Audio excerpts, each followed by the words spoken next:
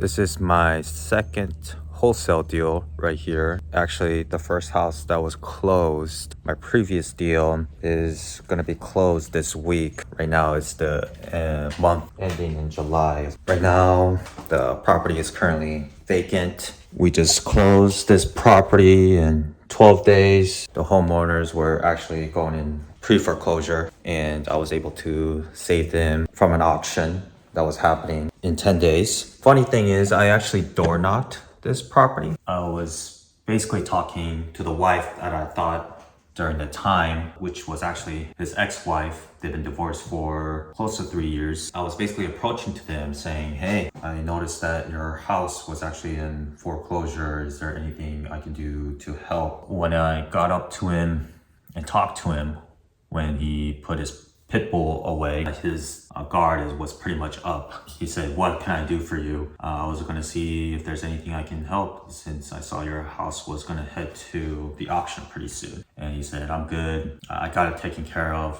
And as I was trying to overcome it or try to see if he was open to tell me like what some things has he done to help himself or taken care of, he didn't want to share it to me. He was very rude in saying, I got it taken care of. I got someone helping me, in a very tone that you'll be pretty much scared. He was actually a military guy as well. And basically he kicked me out the house, you could say. I was talking to the wife. She was pretty much open to talk to me. I was saying, hey, I just want to be the very last backup plan for him and see how I can help. Because sometimes people will say some things and fall through.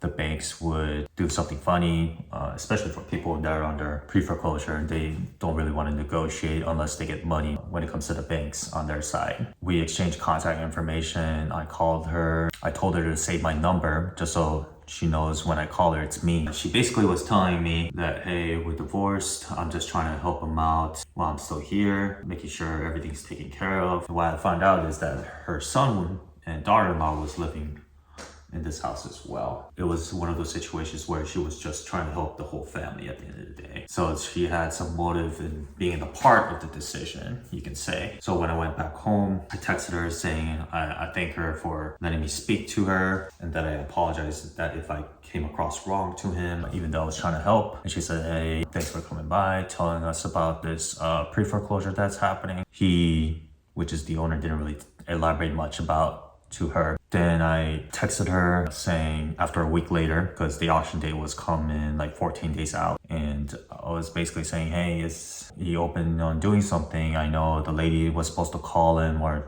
update him this week. Has there been any updates? And she said, there's an investor that's actually helping him out. I was like, okay, cool. What did they specifically offer or try to do to help him out? I didn't hear a text, so I waited for 3 days, which was a Saturday. Then I called her saying, hey, do you remember me? I was just trying to see if there's anything I can do to help. She didn't know much about the thing that was happening. Obviously, he doesn't really communicate because he's the only one on the deed. He was one of those guys, which the ex-wife told me, is like, hey, it's my house. I'm gonna do this. I'm gonna take care of this. And she was pretty much taking care of like the cleaning, the house duties, because she was a housewife. She didn't know much about it. I said, hey, the auction date's coming up pretty soon. It's important for him to at least go through any options that he could have or all the options that he has. She's like, well, I haven't really slept much. You can call me back some other time. Okay, can I call you Monday? And she's like, yeah, you can call me Monday.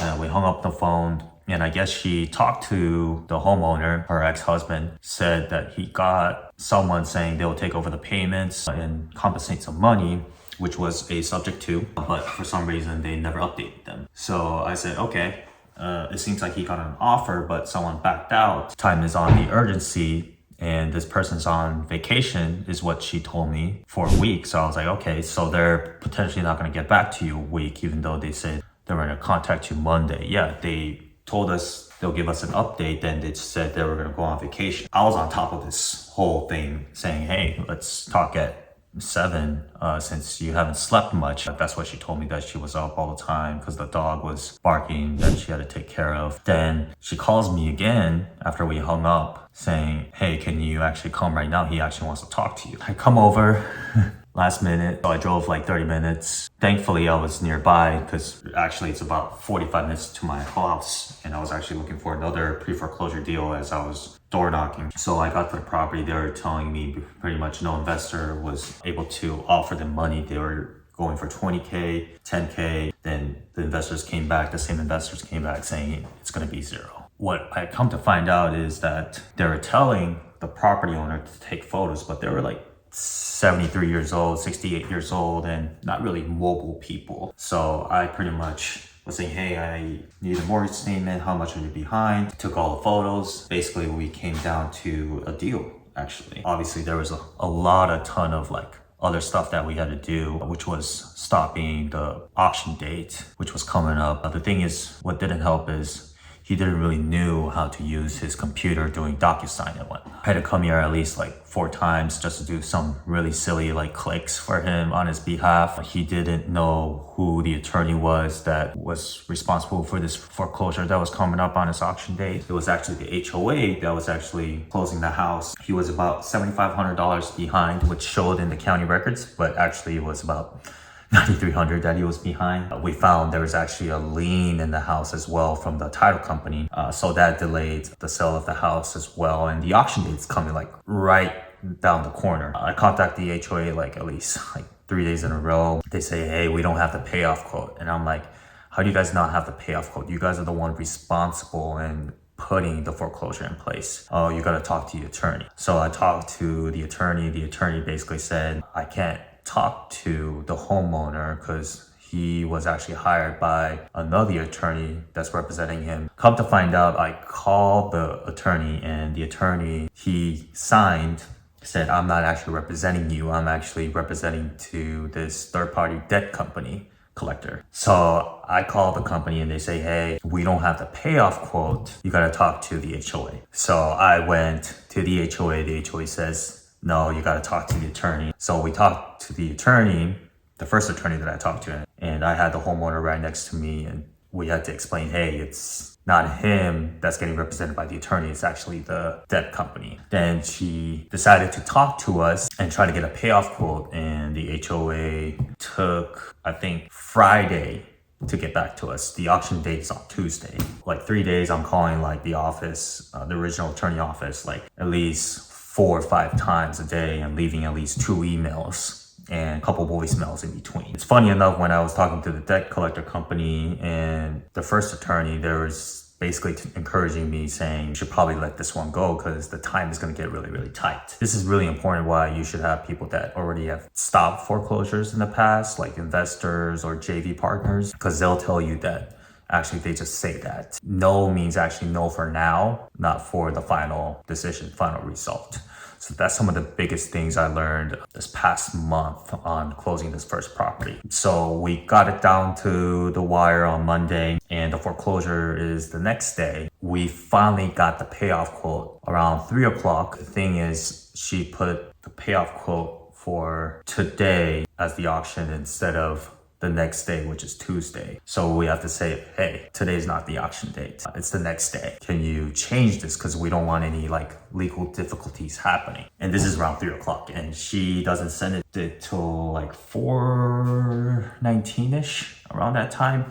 I had to go to this property again to sign a warranty deed so it transfers over so we can prevent the foreclosure from happening, because we were still waiting on another lien to come back, which was going to take a couple days because they notified us on Friday that there was a potential lien. They just don't know how much amount that was from the title company. We got the estoppel of the foreclosure, which basically means the attorney saying, hey, this is an emergency. This foreclosure amount has been paid. And around like 9 o'clock, I got the email, or 9:05, that the foreclosure was stopping. And then we were able to go our full process, finding the lien. I had to find the lien. The title company wasn't able to. It was actually a water softener that he bought that he never paid, I guess, that he owed like $2,500 on it. And the company that does the financing passed it on to a debt company. So I had to call the debt company, and it was one of those companies that never answer the phone call. So I think I called at least like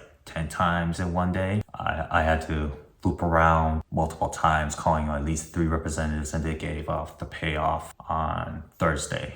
I was talking to them all day Wednesday trying to find the payoff. And then we were able to close the house on Thursday. And there's a lot of other things that happened as soon as they moved out. I'm not able to find a place to stay, and they were relying on me getting movers and finding a place to stay, and they were like one of those last minute people, don't make moves till the actual thing happens. So it was really stressful, but it was probably one of the gratifying 12 days of closing that took in place. But yeah, this is the property that we acquired. We're gonna actually put in the market next Wednesday, because this week we're trying to do some cosmetic things like the carpet. They had a pit bull, so carpet a little bit. It's a 10-year property, so we gotta fix some minor cosmetic things, do some deep cleaning. Gonna take some photography on Saturday, and on Wednesday, that's when we're gonna list this property that the investor that I brought in and sell it to the market. We did subject to on this pre-foreclosure property, so we catch all the arrears. We just basically catch up to the payment. This property is about $190. 10 years ago, based on the mortgage, it's selling for $315. There's a new build community that's like 5 minutes away, so we're gonna probably sell it to the market for $299. Update you guys regarding this project that we have, this 3-2, located in Lake Alfred, Florida. Stay tuned on my real estate journey as we unfold some of the things. To sum it all up, it was probably me in my second week doing door-to-door for pre-foreclosures. I followed up a week later and signed a deal. So one of the learning lessons I learned is that make sure you get a contact information, whoever it is, if it's the husband or wife or son, make sure you communicate with them, stay in touch so you know what's going on, and just show up, be present, have connections lined up that people are willing to buy the property, take over the property, and trust you to represent it. I think showing up is probably the most important thing. Being one of those guys who still don't know much about real estate, how the creative numbers work, but just able to be ready in front of a client, just say yes and figure out later. That's probably one of the biggest learning lessons I learned. So yeah, it took about like from the first contact to closing, it took about 3 weeks. The assignment fee was $10,000. So yeah, hopefully this gives you guys some motivation. And I'm about to list this property as a realtor because I had my realtor license since 2017. I never used it, but I'm about to use it for the first time. And yeah, stay tuned in the journey.